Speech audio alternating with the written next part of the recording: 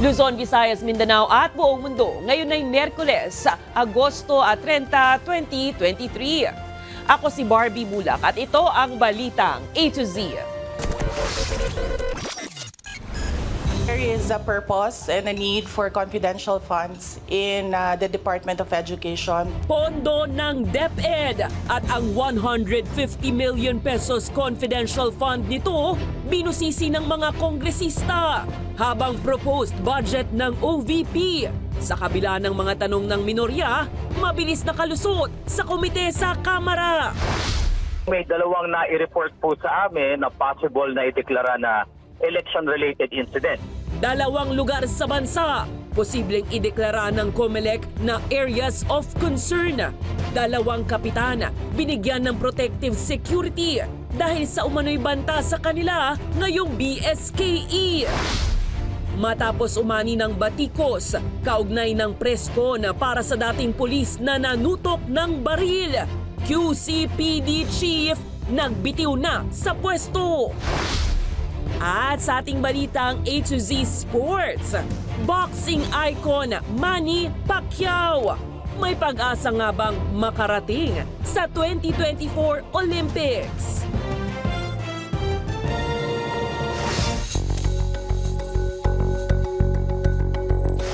Magandang gabi, pambungad sa ating newscast. Mahigit 6 na oras tumagal ang deliberasyon ukol sa pondo ng Department of Education ngayong araw dahil binusisi kung bakit kailangan ng DepEd ng 150 million pesos na confidential fund. Sa harap yan ng kakulangan sa classrooms at iba pang problema sa sektor. Muli namang dinipensahan ni DepEd Secretary Vice President Sara Duterte ang Intel Fund na panlaban sa mga nagre-recruit sa kabataan na sumapi sa terorismo.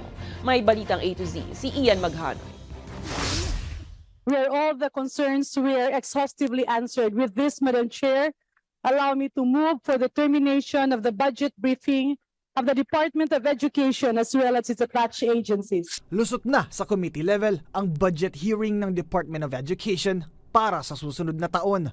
Mahigit 700 bilyong piso ang proposed budget para sa ahensya. 5% mas mataas kumpara noong nakaraang taon. Prioridad rito ang pagtatayo ng mga silid-aralan na may lagpas 11 na bilyong piso. Where we want to institutionalize the blended learning program where we intend to address the congestions in the classrooms, the lacking of classrooms, and the shortage of teachers by leveraging technology and using the asynchronous and synchronous styles of delivery in teaching. Ang pinagsamang puwersa ng mayorya at minorya ang nagsilbing tinik upang magtagal ang budget deliberations ng mahigit 6 na oras. Kabilang sa mga binusisi nito ay kung saan mapupunta ang 150 milyong pisong confidential fund ng kagawaran para sa susunod na taon. Kaya we really should get our priorities straight for DepEd. At kung may wish po ako, Madam Chair, sana wala ng confidential or intelligence funds yung DepEd tsaka OVP. I-realign na po natin yan sa pangangailangan na hindi naman confidential. Depensa ni DepEd Secretary at Vice President Inday Sara Duterte. Kailangan ang Intel funds para tuluyang matuldukan ang kaso ng mga pang-aabuso sa mga kabataan, lalo na sa mga mag-aaral. The Department of Education actually has footage, video of children holding long firearms, a child holding a long firearm and speaking in a dialect about shooting soldiers. Partikular anya rito ang panghihikayat ng New People's Army sa mga kabataan sa mga liblib na lugar sa probinsya upang sumapi sa armadong kilusan. And coming up with solutions to address this recruitment of minors in Mindanao to terrorism and violent extremism. Plano rin daw gamitin ang pondo upang maibsan ang bilang ng mga kasong krimeng kinasasangkutan ng mahigit 15,000 kabataan. So ibig sabihin po nun, they were 12 to 17 years old, and this is the report given by the Eastern Mindanao Command. On top of that, we also have a problem in terms of learners joining groups that are into violent extremism. Ang pondo nais ipatanggal ni Congressman Edsel Lagman para mailaan sa pagtugon sa kakulangan sa basic education. Considering the universe of shortages in the Department of Education, which would need adequate funding. Madam Secretary, would you voluntarily withdraw your request for confidential funds?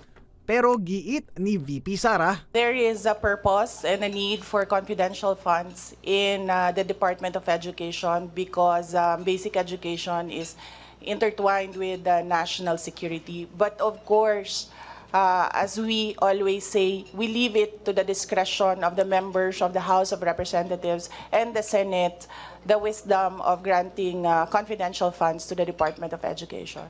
kung tuluyang lulusot sa Kongreso, ito na ang ikalawang sunod na taon na mabibigyan ng 150 million pesos na confidential funds ang DepEd. Para sa Balitang A to Z, Ian Maghanoy. Samantala, mabilis namang nakapasa sa komite ng Kamara ang hiwalay pang 2.3 billion pesos proposed budget ng Office of the Vice President para sa 2024.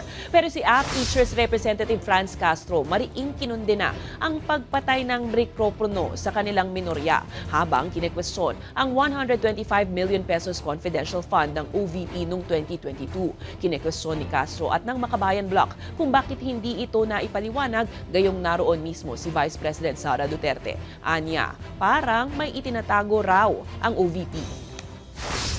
Broken down. Kami ay talagang galit na galit dito sa pangyayaring ito dahil handang-handa kami nandito yung aming itatanong para maliwanagan ng ating taong bayan. Saan ba ginastos itong 125 million na confidential fund? Kailangan niya ito ipaliwanag. Hindi ito secret kasi parang tinatago. Samantala, nananawagan si Senator Win Gatchalian sa Education Department na pabilisin ang pag-hire ng mga guro sa bansa. Ayon kay Gatchalian, may sapat na pondo ang ahensya para makapag-hire ng mas maraming guro, ngunit hindi naman napapakinabangan. Dagdag nito, base sa datos ng Commission on Audit, bigo ang DepEd na gamitin ang pondo para sa pagkuha ng mga bagong teacher at school personnel. Samantala, 1 bilyong piso pa natitirang pondo na nakalaan para sa mga guro sa Metro Manila. That hiring teachers take time. When you look at the process, normally it takes almost 7 to 8 months to hire one teacher. And the unfilled positions in DepEd is as high as 30,000. So meaning there are 30,000 available positions. I think almost 10 to 15,000 are teachers.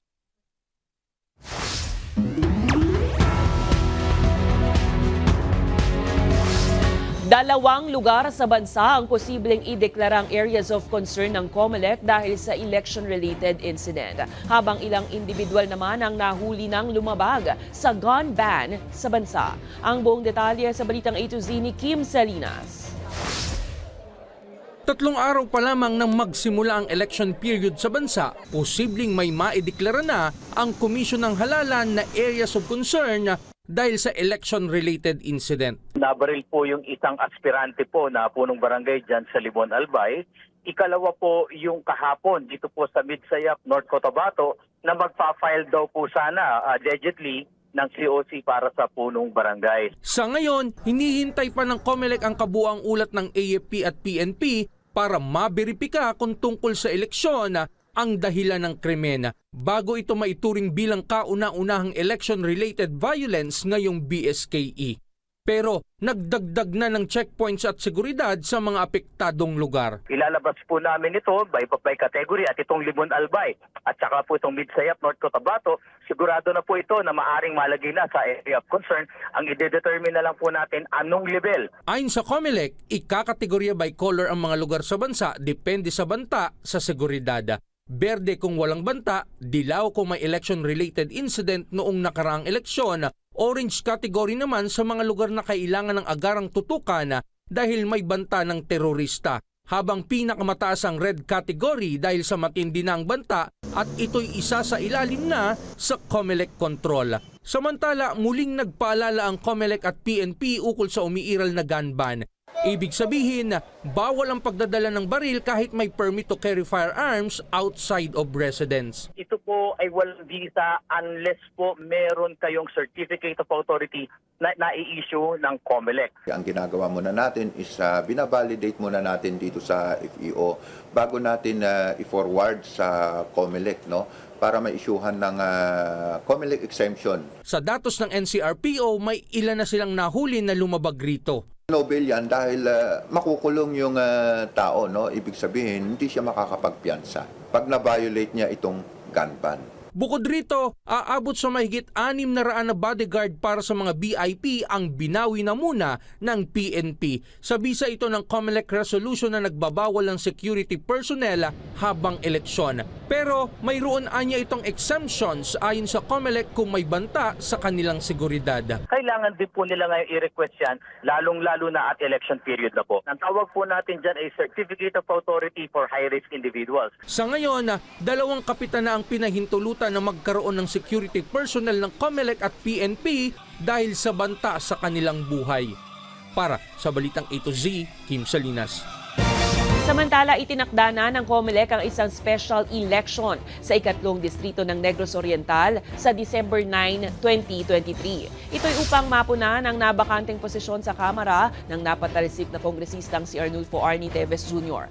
Base sa COMELEC OnBank, maaari maghain ng Certificate of Candidacy para sa posisyon simula November 6 hanggang 8.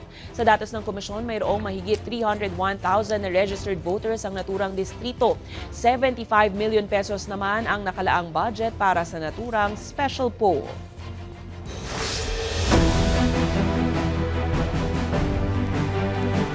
Nagbitiw na sa pwesto bilang Quezon City Police District Chief si Police Brigadier General Nicolas Torre III. Kasunod yan ng mga kritisismo sa pagbibigay niya ng solo press conference noong August 27 sa na-dismiss na pulis na si Wilfredo Gonzales na naaktuhan naman sa isang video na nanutok ng baril sa isang siklista. Ayon kay Torre, ang desisyon ay para na rin mailayo ang Philippine National Police sa ano pa mang issue kaugnay ng naturang presser. Ayon naman sa PNP Chief General Benjamin Acorda Jr., nirerespeto niya ang desisyon ni Torre pero pag-aaralan at pag-uusapan muna nila ito kasama sina Quezon City Mayor Joy Belmonte at Interior Secretary Benher Abalos Jr. I am leaving the post to give way to an impartial investigation. Now, whatever the investigation concludes or finds out, well, I will accept that. Lusot na sa Commission on Appointments ang pagkakatalaga kay Armed Forces of the Philippines Chief of Staff General Romeo Browner Jr. at sa 29 opisyal ng AFP. Sa naging committee hearing, ibinida ni CA Committee on National Defense Representative Jurdin Romualdo ang mga opisyal na militar at si Browner na karapat-dapat at kwalipikadong ma-promote sa kanilang posisyon. Habang ibinahagi rin ni Browner ang kanyang plano para sa AFP, kung saan nais nito na gawing mas modernisado at handa ang mga militar. Aminado si Browner na malaking hamon ang kanyang pamunuan ng AFP habang nagpasalamat ito sa malaking tiwalang ibinigay sa kanya.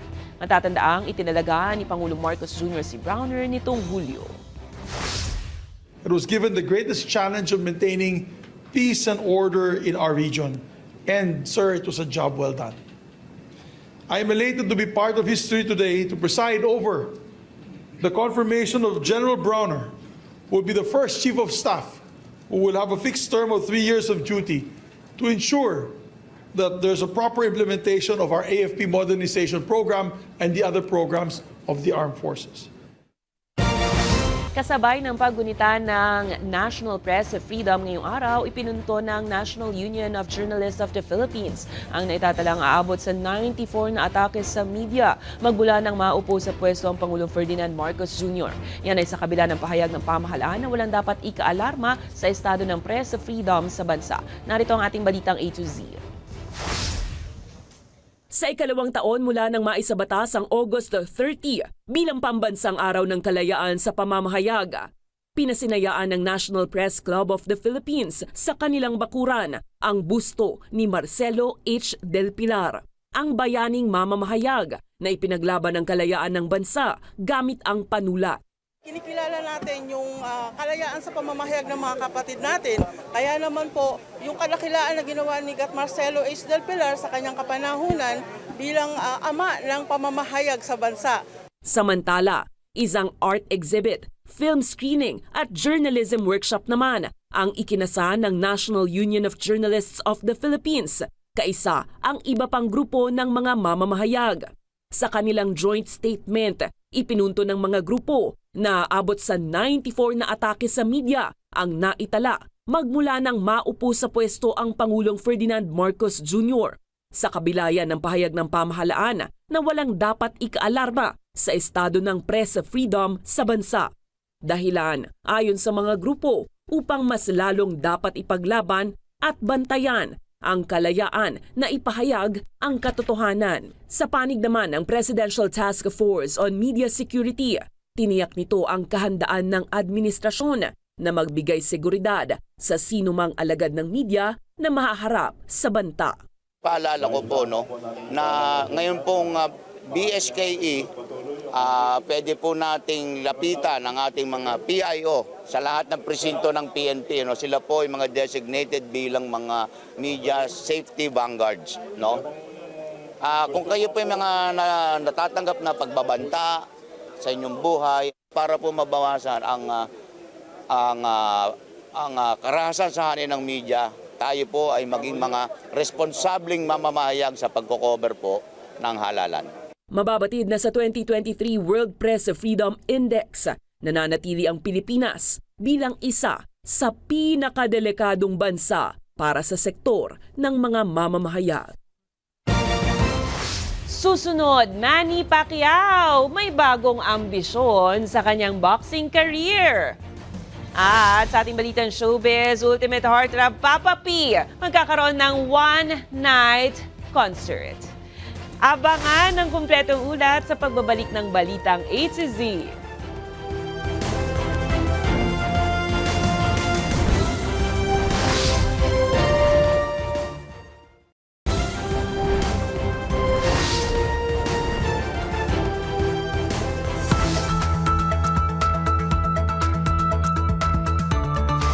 Kinumpirma ni Cagayan Vice Governor Melvin Vargas Jr. na mayroon ng isang individual na nasawi dahil sa bagyong Goring sa kanilang lalawigan. Ayon kay Vargas, umabot na sa 25,000 na individual ang apektado ng bagyong Goring. Habang tiniyak naman ng opisyal na lahat ng pangangailangan ng mga residente ay sasagutin ng Cagayan LGU. Samantala, batay sa ulat ng NDRRMC, umabot na sa mahigit 41 million pesos ang halaga ng pinsala ng bagyo sa infrastruktura. Inaasahan namang lalabas na ng bansa ang bagyong Goring anumang oras. Talaga pong naramdaman po ulit namin yung pinsala at nakaka-recover pa lang po kami doon po sa nakaraang bagyong Egay. Ito na naman po, natamaan na naman po ulit tayo na dumating na po sa atin po yung mga reports ng mga individual at pamilya na naapektuhan. Pati na rin po yung natamaan po sa agriculture.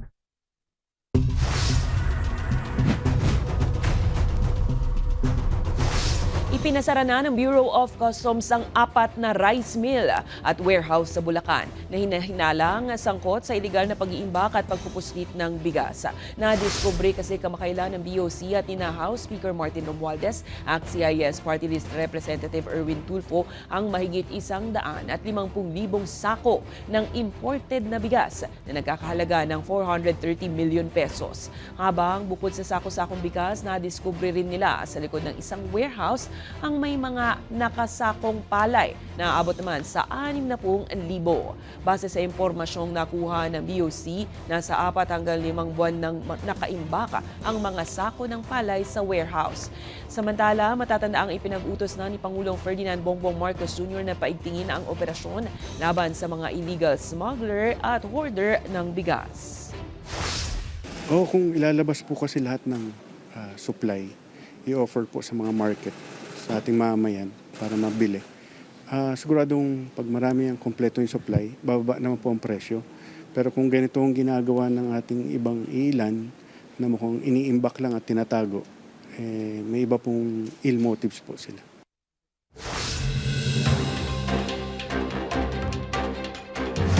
Aprobado na sa ikatlo at huling pagbasa sa Senado ang panukalang magtatatag ng patakaran para sa pagbibigay proteksyon sa karapatan ng mga caregivers sa Pilipinas. Sa ilalim nito, pagtitibayin ng pagpapatupad ng employment contract, pagsusumite ng pre-employment requirements, proteksyon ng mga mamamasukan mula sa mga pribadong employment agencies at ilan pang panuntunang pangprotekta sa mga caregiver. Samantala, imbis na pagdaragdag ng dokumento sa mga biyahero, hinihimok ni Senator Nancy Binay ang Interagency Council Against Trafficking na paigtingin ang paggamit sa teknolohiya para sa profiling sa mga hinihinalang biktima ng human trafficking. Paliwanag ng senadora, sa ganitong paraan, ligtas at magkakaroon ng maginawang paglalakbay ang mga pasahero habang nalalabanan ang human trafficking sa bansa. Sa ibang balita, hindi matutuloy ang pamamahagi ng Land Transportation Franchising and Regulatory Board ng fuel subsidy para sa mga PUV driver at operator bukas. Ayon kay LTFRB Executive Director Robert Peg, ngayon lang nila nakumpleto ang mga dokumentong hinihingi ng Department of Budget and Management. Sinabi pa nito na posibleng sa Setyembre na lang umpisahan ang pamamahagi ng ayuda at inaasahang nasa 1.3 million na driver at operator ang makikinabang rito. Matatandaang inanunsyo kamakailan ng DBM na hindi nila maaaring ilabas ang pondo na gagamitin sa fuel subsidy ng mga operator at tsuper sa bansa dahil bigong maibigay ng LTFRB ang mga dokumento galing sa DOTR at LTFRB. Yung joint memorandum circular among partner agencies po, nakapirma na po halos lahat. So hopefully ngayong araw po yung feedback po sa akin, mapipirmahan na po yung remaining agency at matatransmit na po ito sa DBM for downloading of funds na po. Yung implementation po sigurado po itong September na po, no? Yung signature po, yung approval po ng joint memorandum circular, kung mapirmahan po ng remaining agency po, ngayon i-forward na po namin sa Department of Budget and Management.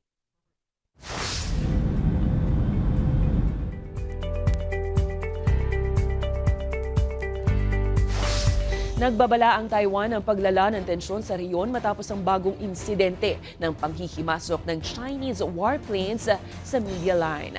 Ayon sa Taiwan Ministry of National Defense, nagpalipad ng 24 na aircraft ang China kasama ang fighter jets, bombers at drones.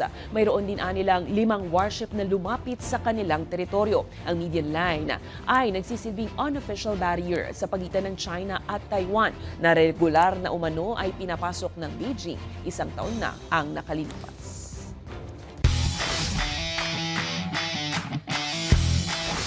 Pambansang kamao, former Senator Manny Pacman Pacquiao nais lumaban sa Paris Olympics.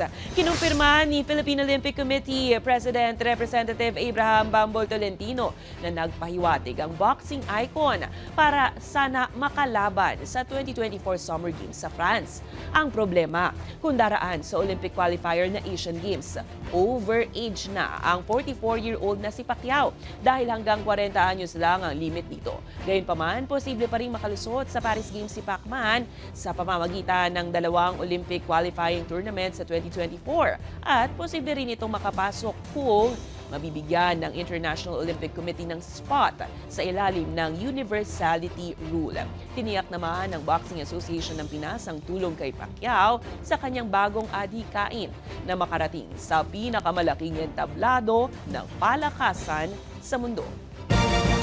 Sa aming pagbabalik, King of R&B JR, balik bansa para sa reunion concert sa Queen of R&B Kyla. Manatiling nakatutok, kayo ay nanonood ng Balitang A to Z.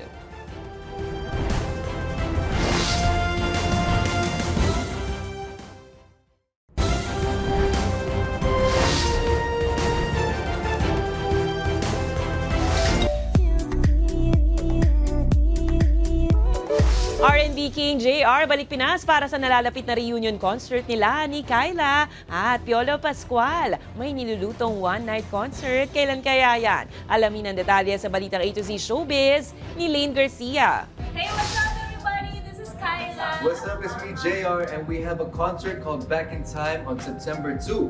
King and Queen of Philippine R&B magre-reunite para sa isang concert ngayong September 2 sa New Frontier Theater, Cubao.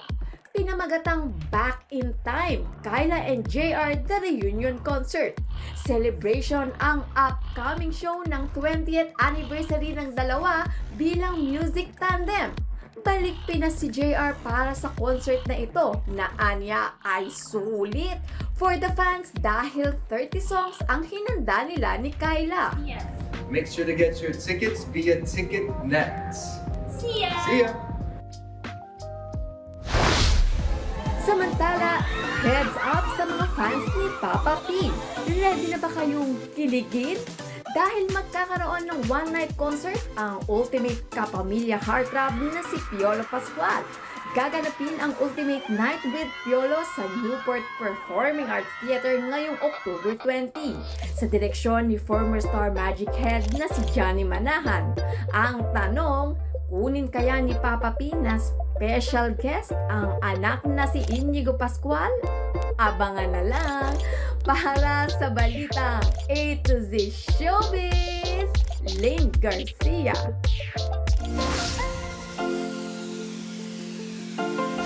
At para naman sa ating balita nakaka-good vibes, likas na sa ating mga Pinoy ang mahilig sa larong basketball. Kaya naman kung may liga sa barangay o maglalaro ang paboritong koponan, siguro yan nandun tayo. Pero kung alam ng lahat ang larong ito, bakit tila may nalito?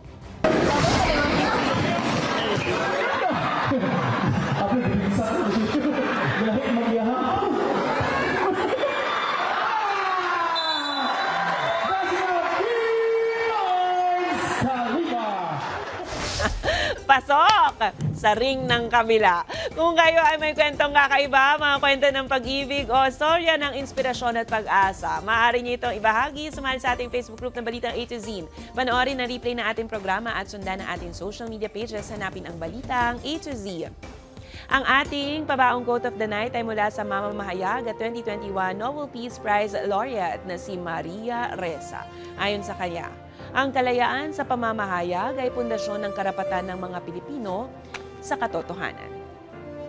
At yan ang mga balita at impormasyon, mga kwentong may dalang inspirasyon na tinutukan ng Balitang A to Z. Ako si Barbie Mulak, maging maalam, pakialam. Magandang gabi sa iyo, Pilipinas!